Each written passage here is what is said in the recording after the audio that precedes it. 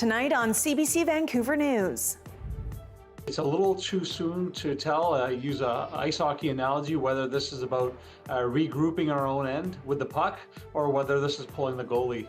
Another turn in the trade war. As Ottawa removes tariffs on most U.S. goods, BC officials wonder how the play will affect people in this province. Plus, we really need the province and the federal government to come to the table with significant funding. more housing could be coming to BC municipalities, why some local leaders say they need more money to avoid potential roadblocks. And this is the biggest salmon season we've had in about 20 years. casting their lines. Anglers in BC gear up for an unprecedented run of sockeye salmon in the Fraser River. What's behind the boom? This is CBC Vancouver News.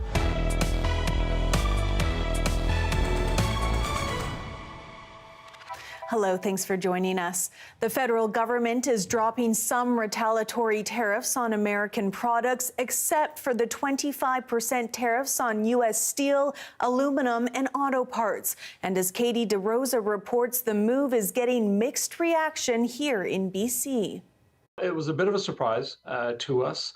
BC's Jobs Minister lukewarm on the Prime Minister's announcement that Canada will drop the retaliatory tariffs on American products, an attempt to cool down the temperature in this heated trade war. It's a little too soon to tell. Use an ice hockey analogy, whether this is about regrouping our own end with the puck or whether this is pulling the goalie.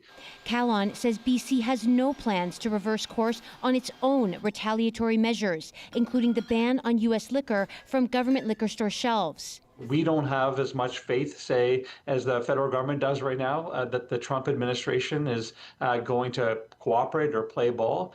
Mark Carney says Canada will maintain the 25% tariffs on steel, aluminum, and autos to match the ones imposed by the U.S. Carney pushed back against suggestions that Canada is backing down from its elbows-up approach with our southern neighbors. We have the best deal of anyone in the world right now. We have the lowest tariff rate on average, a little over 5.5% versus that 16% average for the world. The leader of the BC Conservatives says Carney made the right move. Putting tariffs on goods that are imported into Canada is ultimately paid by Canadians, and it actually hurts our economy. BC business leaders say those retaliatory tariffs have hurt BC businesses and consumers. Many of my members in Langley and many BC businesses have been feeling those retaliatory tariffs, in some cases even more than the American ones in the first place. And as we know, when you put tariffs, ultimately consumers are the ones who are going to be paying higher prices.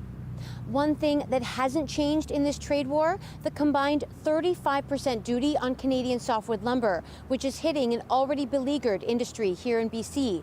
The fight over softwood has been raging for 30 years, and it's still unclear if a resolution will come when Canada renegotiates its trade deal with the U.S. and Mexico. Katie DeRosa, CBC News, Victoria. The province has released housing targets for the next 5 years for another set of cities. But as Mira Baines reports, some are questioning the province's commitment towards funding infrastructure and whether the new homes will be affordable. Burnaby is at the top of the list when it comes to the recently released list of housing targets. The city has been developing fast with the construction of tall condo towers. Burnaby's mayor says the province can set targets, but meeting them is largely up to the private sector. The city is not responsible for building homes. We approve permits. He says the housing market dictates how much companies are building. We have 25,000 units sitting waiting for the permits to be picked up right now. And because of the downturn in housing sales and market conditions, they're not being picked up. The province's latest targets for the next 5 years show that Burnaby is required to expand its number of homes by about 10,000. Richmond, Township of Langley, and Coquitlam, more than 6,000 homes. And lowest targets released are for Penticton and Pitt Meadows. The city of Richmond is confident it will meet, if not exceed, the targets set out. But questions remain over affordable housing and infrastructure funding. We've been accelerating our approval processes, but we really need the province and the federal government to come to the table with significant funding to support infrastructure and to support affordable housing construction itself. BC's housing minister says there are conversations underway to help municipalities with things like new roads and water and sewer systems for more density. We've been working with local governments on the infrastructure challenges that we know they face, and the federal government is an important partner in that as well. Oak Bay and West Vancouver have been singled out by the province for not meeting targets and a directive issued by the provincial government. The director of Simon Fraser University's City program says it's important to keep an eye on why other municipalities who are streamlining permit processes are not seeing more homes being built.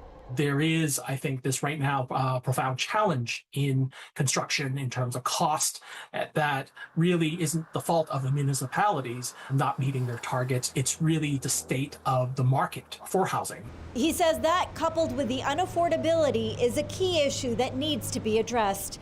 Mira Baines, CBC News, Vancouver. A peaceful ceremony held by the Lil'wat and Unquaqua First Nation blocked access to Joffre Lakes Provincial Park. It comes after the province announced the park would be closed for a month to recover from a busy summer. But as Alana Kelly reports, those at today's celebration want the park to be closed longer.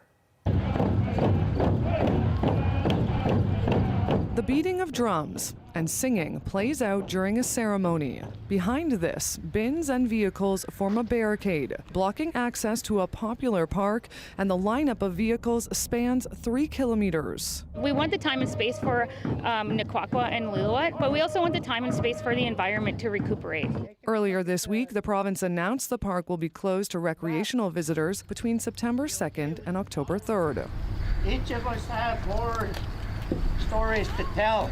Lil'wat and Unquaqua First Nation want the public closure to run longer. There's often garbage, tissue papers on the side of the trail. The trail itself is so packed down, it's almost like cement. It's a hard beaten trail. It's getting wider.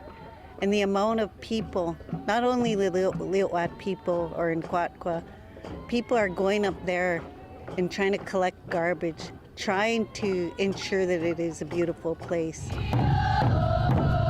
The park will be closed for 68 days starting September 2nd. Last year, the closure was 60 days. I think this is bigger than the park. It's precedent, and we have rights protected under Section 35, and Aboriginal title and right is real and meaningful. We did meet a number of times with the community in trying to find that balance between opening up the park for visitors so that they can come and experience the beautiful blue lake, the mountains, and the trees, and to be able to spend time in the park, as well as balancing that with the access for community members. The closure dates are not expected to be extended, but people are advised to check BC Park's website. Alana Kelly, CBC News, Mount Currie. It's not long now before the next school year begins, and some universities in BC, food insecurity among students is an ongoing challenge. As Jana Bailon reports, some university food banks are anticipating an increase in demand. This student works for the Simon Fraser Student Society, serving at the food pantry on campus. I had myself a period where I had to use the food pantry, so I knew the importance in general of having a food pantry on campus, and I knew that it helped me a lot. He says the society is expecting more demand this school year, a need echoed by other BC universities and food banks. We have seen demand shoot pretty well past the resources that we have in past years. Data from Food Banks Canada shows that in BC, there were over 225,000 visits to food banks in 2024. That's 15% more compared to the year before in 2023. They're coming to our pantry because they are lacking some of the basic necessities. Food prices are skyrocketing. We hear all sorts of different reasons, whether it's illness, sickness, loss of job, reduction of hours, somebody that's been laid off, things like that.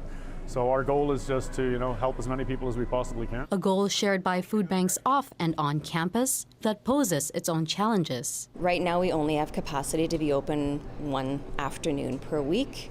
I would love it if we were to be able to stay open 2 or 3 days a week so that people could come more often. Because we want to be able to support everybody, but currently we just don't have the bandwidth to do that. A statement from the BC Ministry of Post-Secondary Education and Future Skills says some students applying for financial assistance can get as much as $4,000 per year from the BC Access Grant. For now, the food banks say they're doing the best they can with the resources they have. Put in the decision between do you study or do you eat?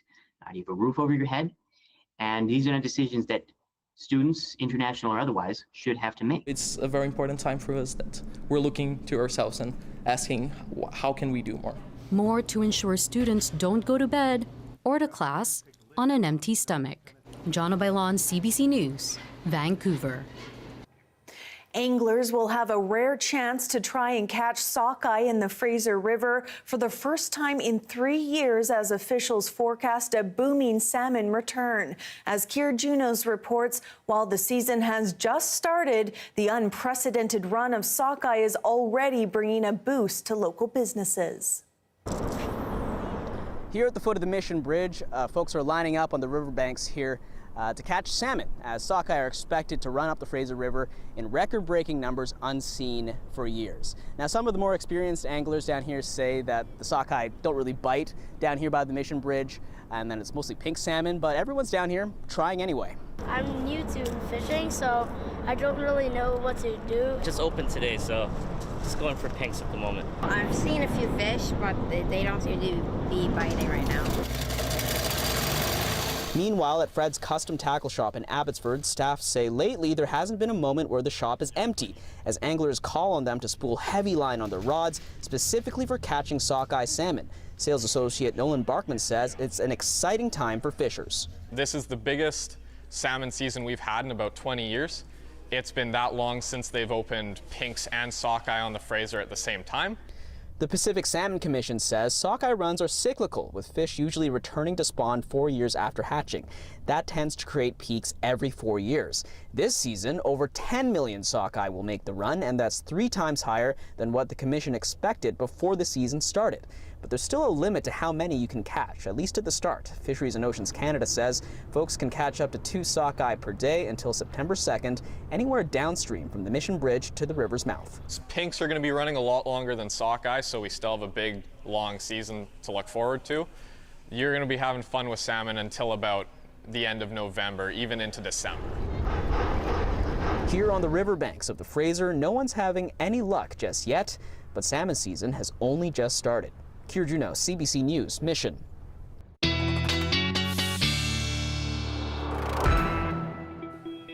Darius Mandavi joins us now with our first look at the weather. Darius, is it nice fishing weather out there?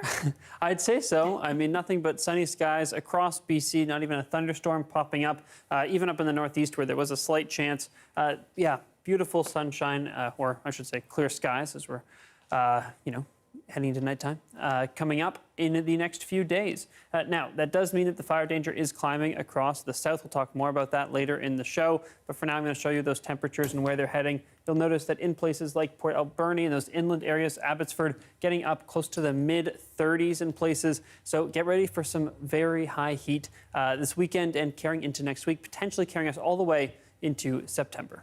All right, we'll check back in with you in a little bit. Thanks. Thank you. A Richmond woman faces nearly 2 years in jail after laundering almost $500,000 in a sting involving undercover police officers.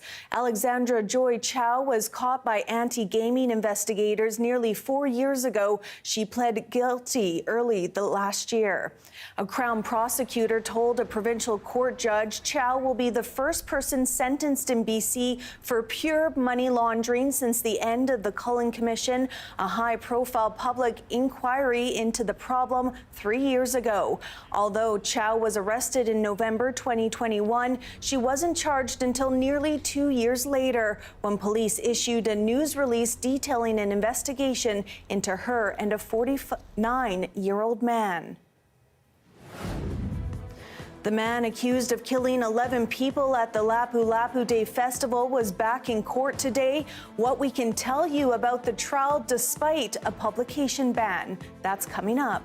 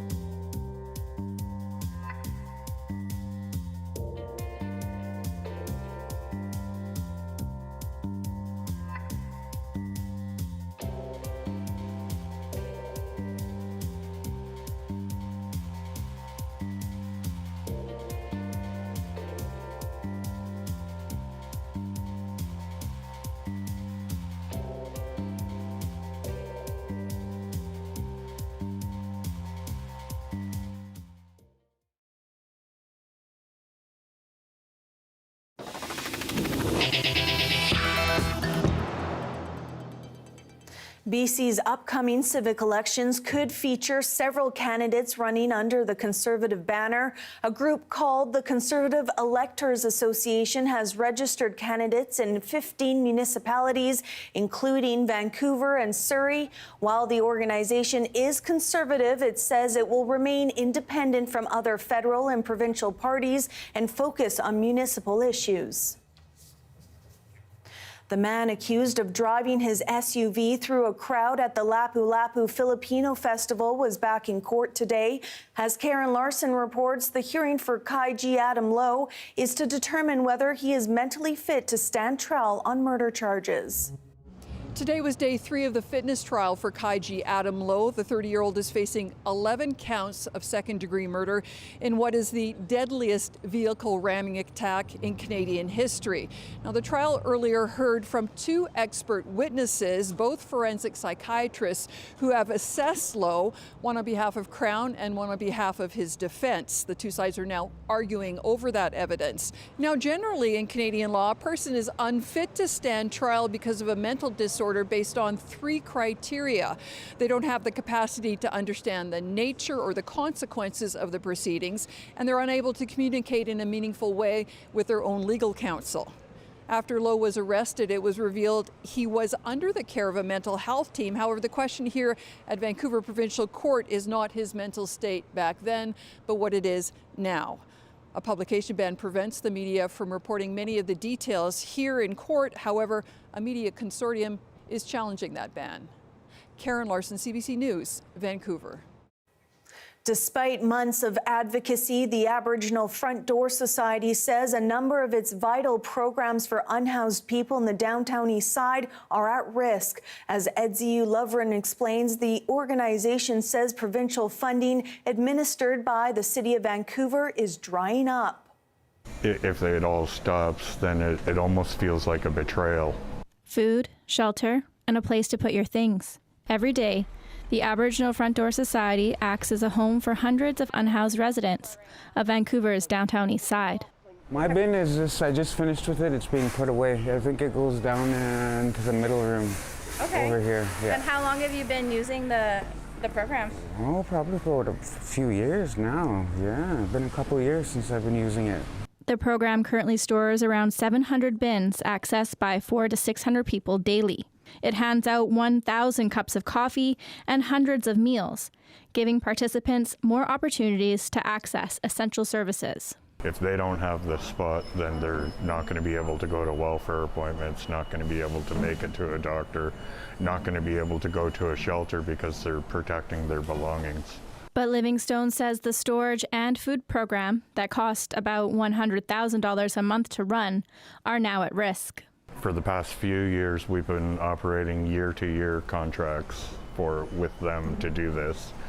And then this year, that's when they said that they've asked for a 6-month extension. And that was our biggest question is, okay, well, what after that? Livingstone has been in correspondence with the city and province since March. In a letter from the City of Vancouver, they say that funding was meant to be temporary, to help support the delivery of urgently needed drop-in social services supports in response to the 2022 Hastings encampment. But now says a longer-term funding source isn't available. A betrayal from the province, the city, and even directly to us, our goodwill is going to drop once we have to reduce service. Nothing can do what this place does, like just for all the services. Like it's a league of its own for what you do out here. Like imagine all these people if this place wasn't here. This is going to be a big mess down here. The other places will be swamped. It'll be people's belongings all over the sidewalks, worse than it is now. The province says the funding for the Aboriginal Front Door Society is under review, and it aims to have more information soon. Aboriginal Front Door's storage and food program is set to lose its funding on National Truth and Reconciliation Day, September 30th, 2025. Edziu Lovren, CBC News, Vancouver. A look north off of Pender Island from the Pender Whale Sanctuary. Darius will have your full BC weather forecast next.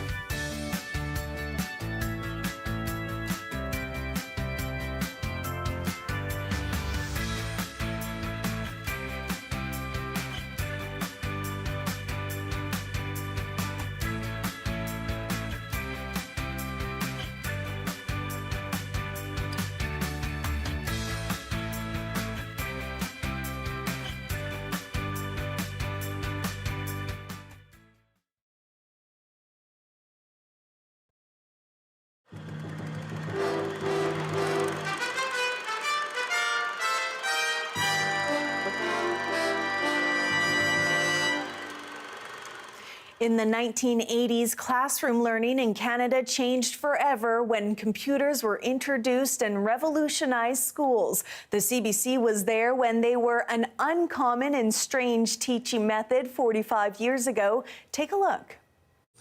Computers are rapidly transforming the way we live and learn here in Canada. The changes are so swift and so sweeping that many of us feel overwhelmed and unable to cope. Well, that's not going to be as big a problem for the younger generation. Roxana Spicer explains why. No, just one, please. Yes? Computer. Right. This is a computer class. There are 19 of them just like it in the Ottawa School Board. The average age here, about 7. They're in grade 1 and 2. Not geniuses or prodigies, just kids learning something the experts say will become just as important as the 3 R's that made the rest of us literate. But this is a new kind of literacy, computer literacy. Well, yes, usually what it is it says error syntax. Yes, that means error. Syntax error, that's right. happens on our computer. That means that you've unlike made the some TVs, slight which little were mistake. really passive machines, we've now got a machine that interacts. The child can literally interact with the machine. And that's going to make a dramatic impact on our schools. Gone are the days of drills and review. You remember, out loud now, 6 times 6 is 36, 6 times 7 is 42. Nowadays, kids can do all that with a computer, on individual terminals working at their own speed. Boy, that's a lot of Amy. Of course, that's not what intrigues these kids. They can find lots of things out. What kinds of things would you like a computer to find out for you? Rockets.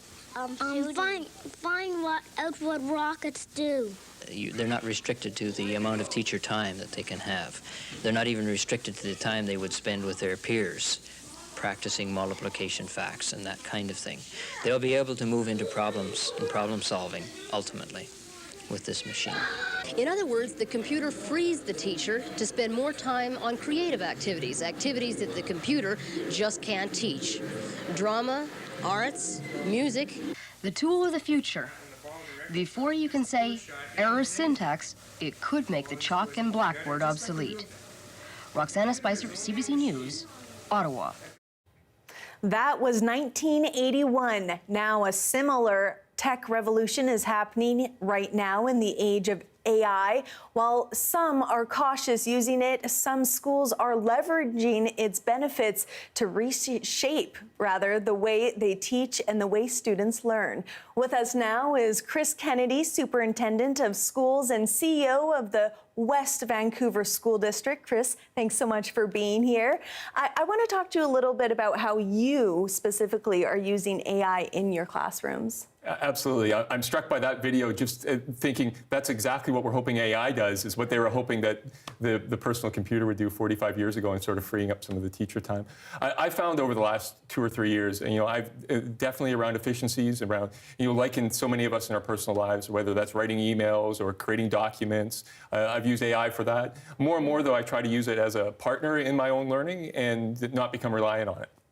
And so what about students? How does AI benefit students when it comes to learning, or when it comes to, having that efficiency in the classroom? We've seen some really powerful examples early on about how it can promote equity. That a student who's new to Canada who might not have English skills can use some of the translation pieces available in AI and feel included in the classroom on day one that normally they wouldn't be able to. Or a student who has a diverse learning needs, we're able to get a piece of text at a different level for that student, so that they're more comfortable and able to learn at their own pace and with resources better rate at their level for the classroom. Now, I know there are a lot of great uses for it, but I know there are also some limitations or challenges with it when it comes to having it in a classroom. What are some of those challenges? Yeah, absolutely some challenges. So, we want to make sure that we don't become too tech reliant. There's so much good research that we actually want young people on screens less and not more, and so that's something. Also, that you have to understand that there is some bias within those kind of AI technologies, and teaching kids to recognize the biases that exist within the AI systems. All right, and what do you think for the future of AI in the classrooms? I think this year there's going to be, I think in every classroom across this province, we're going to see little bits of AI beginning to find their way into the room. All right, Chris Kennedy, thank you so much for being with us. Chris is the superintendent of schools and the CEO of the West Vancouver School District. Thanks so much, Chris.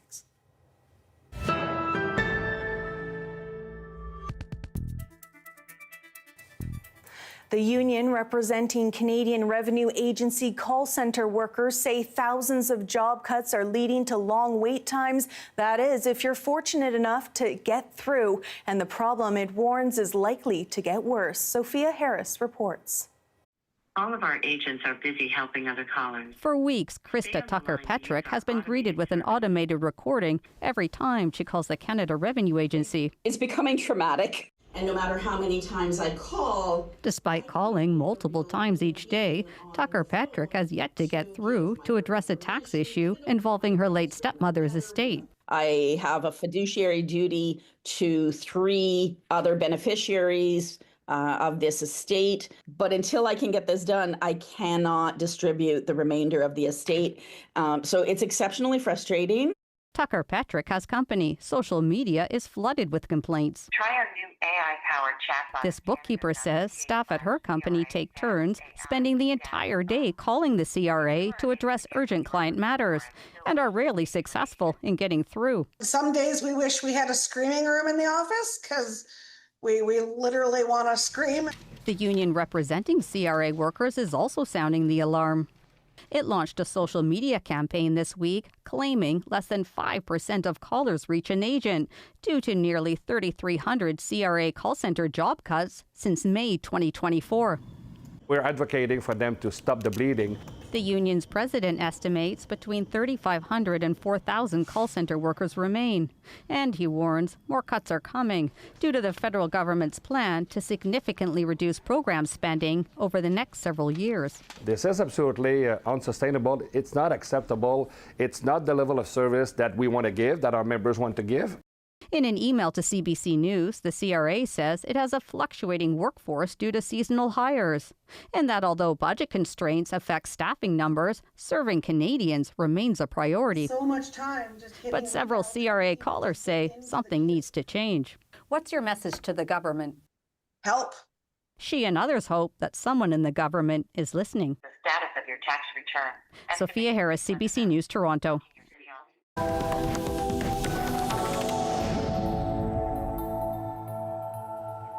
Famine has been declared in Gaza City and surrounding areas by a UN-backed agency that monitors global hunger. It says more than 500,000 people are facing catastrophic levels of hunger. CBC's Margaret Evans reports from Jerusalem. It's actually extremely rare for the IPC to issue famine declarations. There have only been 4 over the past 25 years, or 4 others, I should say. 1 in Sudan, 2 in South Sudan, 1 in Somalia. Now we have one specific to Gaza City and the towns immediately around it. There are very specific criteria to warrant a famine declaration. The report today says that there needs to be 1 out of 5 households experiencing extreme food shortages. 1 out of 3 children, mostly under 5, need to be suffering from acute malnutrition, and at least 2 of every 10,000 deaths would be from outright starvation or underlying causes related to starvation. The United Nations has been very strong in its condemnation of what's happening on the ground in Gaza. They say that the starvation, the famine in place existing right now is man-made and preventable. Have a listen. It is a famine openly promoted by some Israeli leaders as a weapon of war. It is a famine on all of our watch. Everyone owns this. The Gaza famine is the world's famine. Israel has rejected the report out of hand. It says it is based on inaccurate information. It calls it unfounded propaganda fed to aid agencies by Hamas. It also says that the report fails to take into account what Israel says have been extensive humanitarian measures in recent weeks. This is all taking place, of course, as Israel says it has begun the early stages of a major ground invasion in Gaza City, in addition to the aerial campaign already underway there and throughout the rest of the Gaza Strip. They say they are going to root out the remnants of Hamas. They also say that they'll be moving hundreds of thousands of Palestinians out of Gaza City as that full-scale invasion grows closer. Margaret Evans, CBC News, Jerusalem. After high-profile summits this week, there is still little sign of progress on an end to the war in Ukraine, a war that has touched some Canadians personally. As CBC's Briar Stewart reports, a Calgary man fought for Ukraine and paid a heavy price. No, it's good. This is Mac Hughes' very first day in rehabilitation after nearly 2 months in hospital. The 23-year-old from Calgary is learning to walk again after he was wounded in a drone attack in southeastern Ukraine on Canada Day. Big explosion, trapped under a vehicle, burnt legs, and my teammates pulling me out of the fire. They're all the way up to here. Third-degree burns cover half of his legs, and the upper part is raw from where skin was taken for grafts. Matt came to Ukraine in 2022 and volunteered alongside his father, Paul. They set up Hugs, a humanitarian group based in Kharkiv. But Mac wanted to do more. He joined the Ukrainian military, and on July 1st, he says, his vehicle was hit by a Shahed drone. I knew that call when I looked at the phone. It was like 4:20, and somebody's calling me from an unknown number. You just have that, hits you in the gut right away. And his father has barely left his side since. Everybody's proud of you, son. Everybody's proud of you. Everybody's cheering you on. Mac is exhausted, and not just from the physical pain. As he lay in his hospital bed in Kiev in July, the sounds of the record-breaking drone attacks in that city gave him flashbacks. Still to this day, it rings through my head sometimes, and it's hard. But Mac feels grateful because he will be able to walk on his own again. And the cherished tattoo, which he got during his first year in Ukraine, it's Ukraine and Canada combined, is still very much intact. I thought that my arm, the tattoo was going to be burnt, but they took the bandage off, and I was like, the first thing I said is, Ukraine always survives. Well done, son. Mac hopes to eventually resume at least some of his military duties, but for now he's focused on being able to take those first small steps. Briar Stewart, CBC News, Kiev. As the province's primary electricity provider works to restore power, Newfoundland's government warns more needs to be done before wildfire evacuees can return home. That story is next.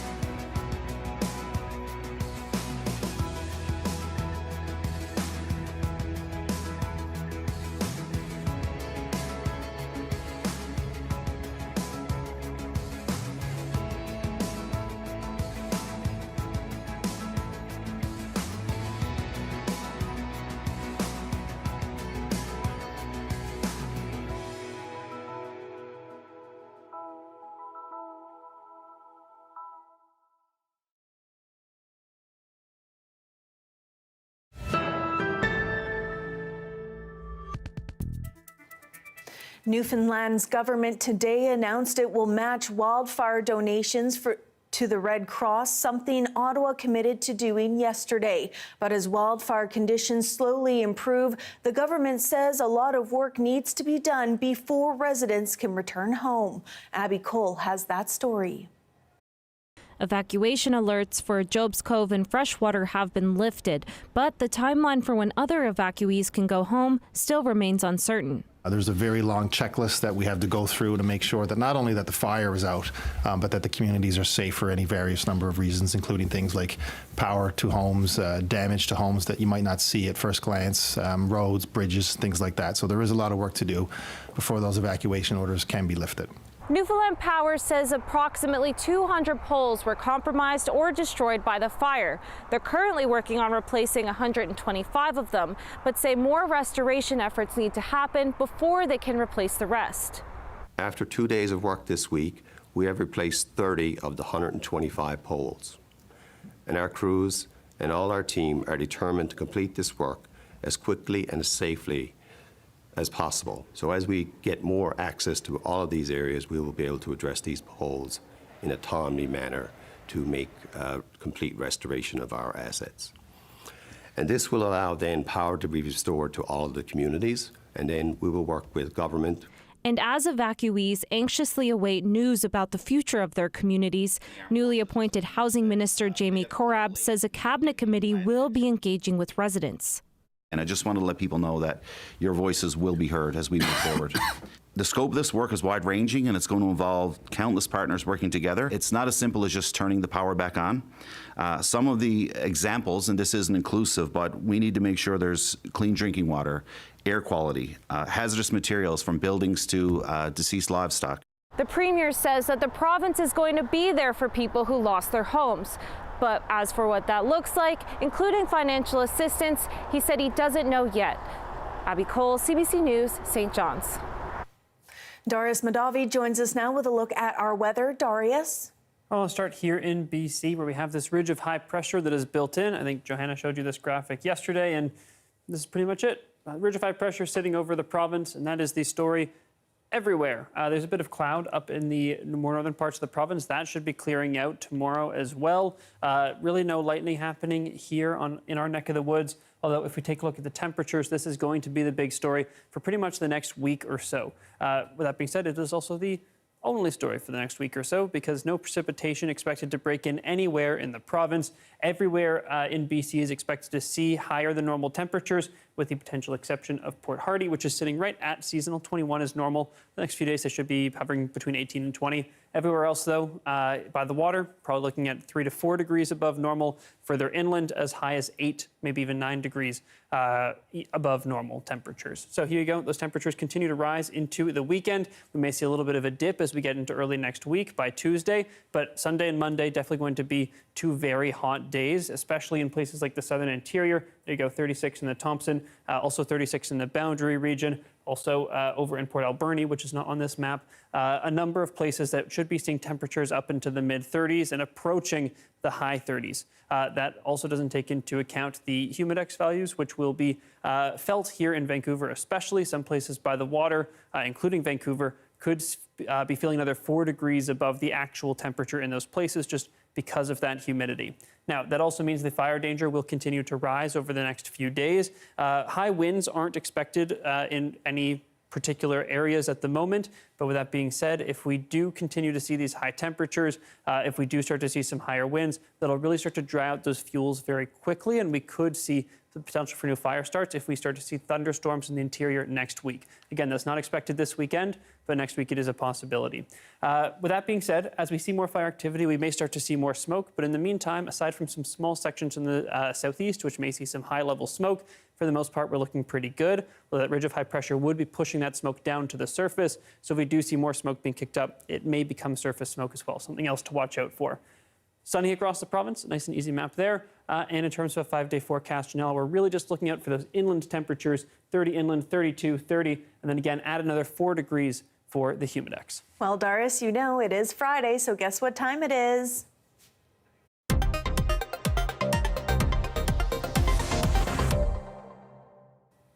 That's right. It's Fun Fact Friday, and Darius, you're going to tell us a story about a surprising seagull? That's right. And I'll be honest, it's been a while since we've done this. I almost forgot about the finger gun, so I'm glad you remembered.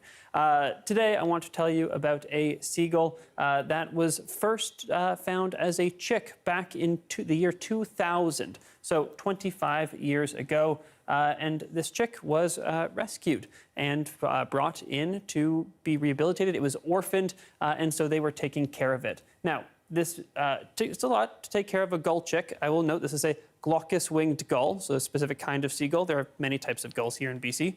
And they have to do things like feeding the gull with a stuffed animal so that it doesn't imprint on any people. A lot of steps you have to take to make sure this gull is able to feed itself out in the wild, can be released safely, and won't start, coming up to humans because it's been imprinted. So that gull will then be banded and then was released out into the wild. And it wasn't seen for quite a while, but then last year in 2024, the bird was recaptured and found that this bird, 24 years after it was rehabilitated, brought back to health, is still out there and thriving in the wild. It was respotted again in September. And it goes to show, first of all, gulls probably live longer than you were expecting.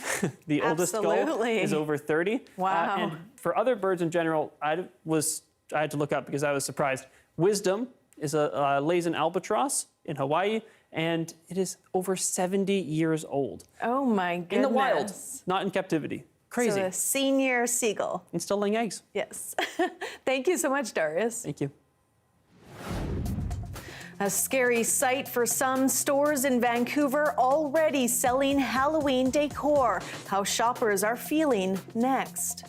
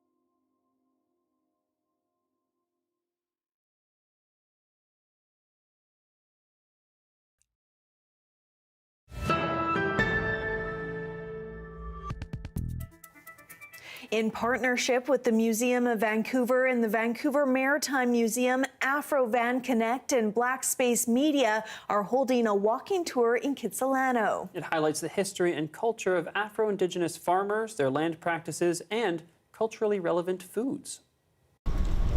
A few months back, Core Case wanted to grow a leafy green that's hard to find in Vancouver. This is called kulubu.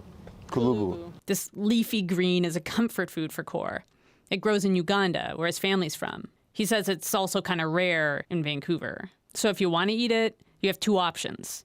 You cherish the times you do find it, or if you're Core Case, activist, organizer, and burgeoning plantsman, you get a friend to get you some seeds, and you grow it yourself. Core is the founder of Afro Van Connect, an arts and culture society dedicated to empowering Vancouver's Black community. He started the garden we're standing outside at the Vancouver Maritime Museum in Kitsilano around the time of the pandemic.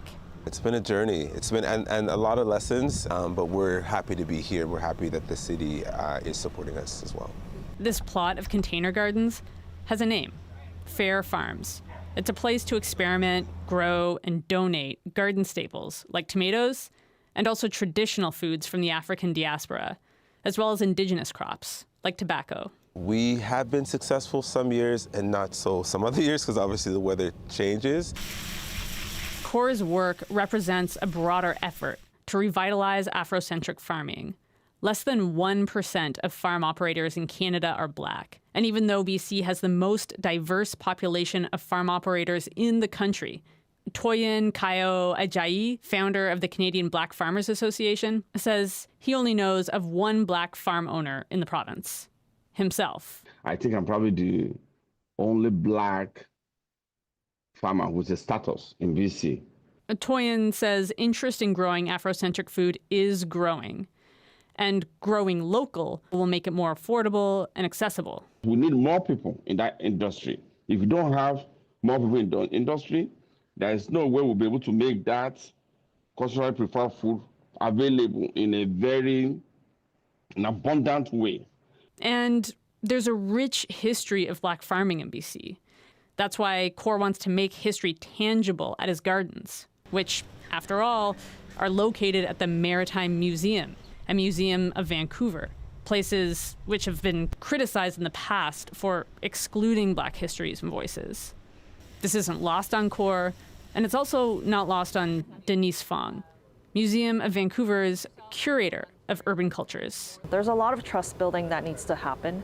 And with programs like these, where we're starting with a small project that's very focused on what the communities are already doing, is a way in which we want to start building that connection. And I think the journey has been similar. I think I can find parallels between when you look at somebody like a Sylvia Stark, this level of search for space, this level of search for a place where you can be authentic, a place of solace, to add value. This is what that is for me.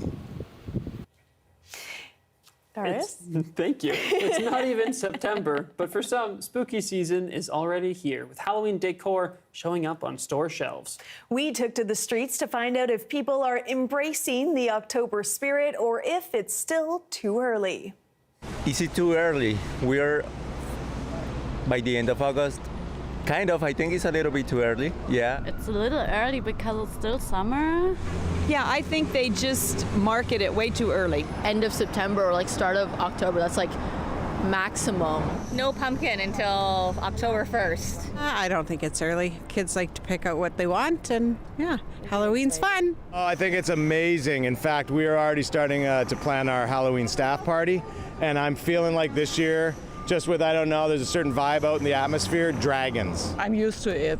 That's months before the event. But I love spooky things, so I don't feel like it's too early for anything that is going to give me a little bit of a fright. No, but I think it's good to have the Halloween stuff out now, so people can shop early, and I love fall. I love Halloween. I grew up in the United States when I was a kid, and I loved Halloween. And I'm not super into Halloween. Overall, very positive. What about you? What do you think? I think it's never too early for spooky season. I love Halloween. It is my favorite time of the year. I watch Halloween movies all year round. How about you? No real thoughts on Halloween at this point, but I was in Costco the other day, and they already have Christmas trees up for sale. And a little bit early. That's where I draw the line. Yes. Thanks for being with us tonight on CBC Vancouver News at 6. I'll have your next local news at 11 o'clock right after the National. Have a great night.